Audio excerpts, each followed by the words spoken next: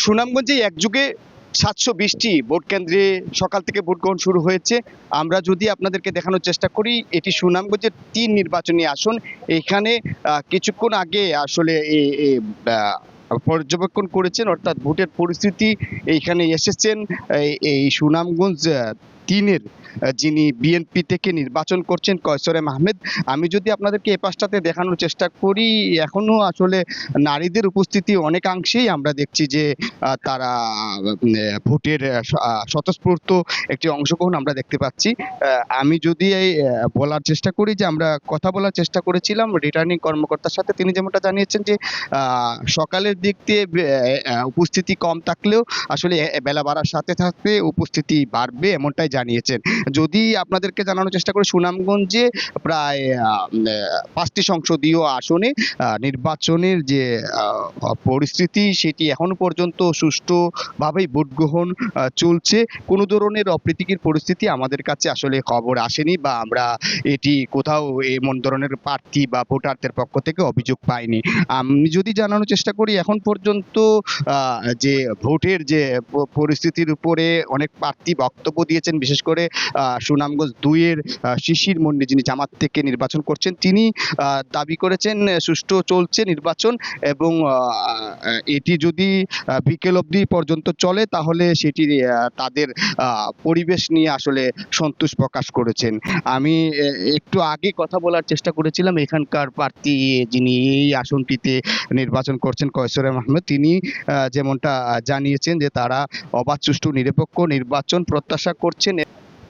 হ্যাঁ, আপনাদের যে তথ্যটা আমরা জানাতে চাই, সুনামগঞ্জের ৫টি সংসদীয় আসনে বিএনপি, জামাত মনোনীত যে জোটের প্রার্থী সহ জাতীয় পার্টি এবং স্বতন্ত্র মিলে ২৩ জন প্রার্থী প্রতিদ্বন্দ্বিতা করছেন।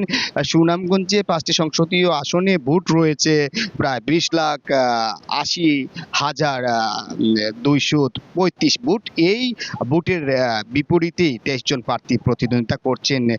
এখন পর্যন্ত যেটি ভোটের পরিবেশ প্রশাসনের পক্ষ থেকে, রিটার্নিং কার্যালয়ের পক্ষ থেকে সুষ্ঠু বলা হয়েছে, এবং কোনো ধরনের অপ্রীতিকর খবর আমাদের কাছে আসেনি।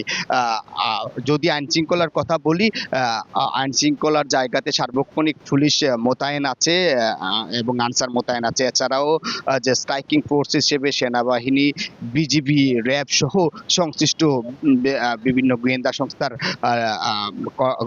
লোকরাও কিন্তু সাদা পোশাকে তারা এই নির্বাচনী নিরাপত্তা বিধানে তারা কাজ করছেন। আমরা এবার একটু আপনাদেরকে যদি পরিবেশটা দেখানোর চেষ্টা করি, ভেতরের দিকে যদি আমি যাওয়ার চেষ্টা করি, দেখতে পাচ্ছেন যে এখানে ভোট গ্রহণ আসলে ভোটে যারা সংশ্লিষ্টরা আছেন তারা এই জায়গাতে আছেন, অপেক্ষা করছেন ভোটারদের জন্য। পুরুষ ভোটারদের উপস্থিতি কম থাকলেও নারী ভোটারদের আসলে উপস্থিতি আমরা তুলনামূলকভাবে অনেক জায়গাতেই আশানুরূপ দেখতে পাচ্ছেন যে আমরা ১-২ জন ভোটারদের সাথে কথা বলবো বা জানার চেষ্টা করব যে ভোটের পরিবেশ কেমন দেখছেন আপনি? ভালো, অনেক ভালো।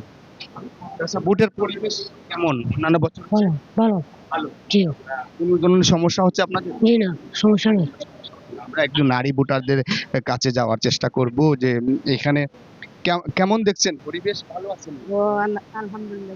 কোনো ধরনের ভোট দিতে সমস্যা হচ্ছে না, কোনো ধরনের ভোট দিতে সমস্যা? এবারের পরিবেশ, ভোটের যে পরিবেশ অন্যান্য বছরের চেয়ে কেমন দেখছেন?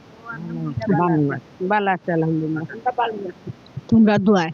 আচ্ছা, দেখতে পাচ্ছেন যে এখানে যারা এখানে নারী ভোটাররা আছে তারা স্বতঃস্ফূর্তভাবেই আসলে তারা এখানে তাদের প্রত্যাশার জায়গা, লম্বা লাইন দেখতে পাচ্ছেন, সকাল থেকে তারা এই জায়গাটাতে উপস্থিত আছেন। আমি ভোট কেন্দ্র আসলে পরিদর্শনে আসছেন এখানকার বিএনপির প্রার্থী কয়সর এম আহমেদ।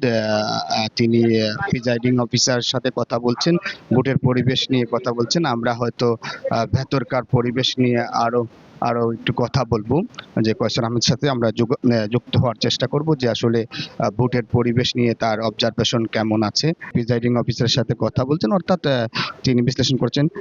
একটু হ্যাঁ, একটু বলবেন যে সার্বিক পরিস্থিতি নিয়ে আপনাদের? সব মিলিয়ে আলহামদুলিল্লাহ ভালোই চলছে।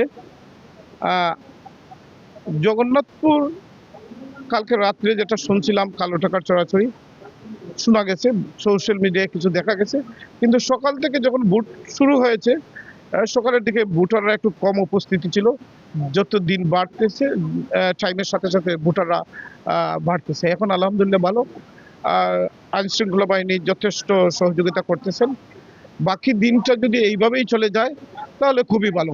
আমি দেখতেছি স্বতঃস্ফূর্তভাবে সবাই উৎসব মুখর পরিবেশে এখন আসতেছে, আর গুড আলহামদুলিল্লাহ। কয়সর আহমেদ যেমনটা আসলে জানাচ্ছেন যে এখন পর্যন্ত ভোটের পরিবেশ ভালো আছে এবং তিনি প্রত্যাশা করছেন যে এটি যদি বিকেল অবধি পর্যন্ত এই পরিবেশ সুষ্ঠু থাকে তাহলে এই নির্বাচন অবাধ, সুষ্ঠু, নিরপেক্ষ হবে, এমনটাই তিনি দাবি করেছেন। তো জানাচ্ছিলাম সুনামগঞ্জের জগন্নাথপুর মজিদপুর সরকারি প্রাথমিক বিদ্যালয় থেকে সর্বশেষ।